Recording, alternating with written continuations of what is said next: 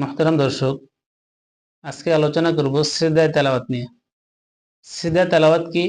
পবিত্র কালামুল্লাহ শরীফের 14টা স্থান, যেটা নিজে তেলাওয়াত করলে অথবা অন্য কাহারও তেলাওয়াত শ্রবণ করলে একটি মাত্র সিজদা করা ওয়াজিব হয়।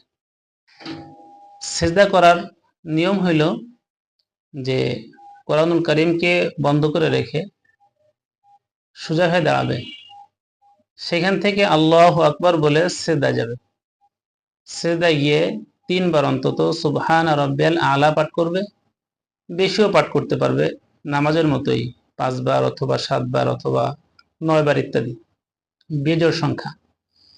এবং সেখান থেকে আবার আল্লাহু আকবার বলে সোজা খাড়া হবে, সিজদা হয়ে গেল।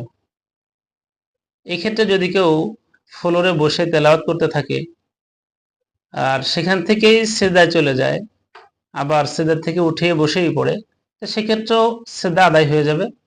তবে উত্তম হইল দাঁড়ানো থেকে সিজদা যাওয়া, সিজদা থেকে আবার সোজা হয়ে দাঁড়ানো।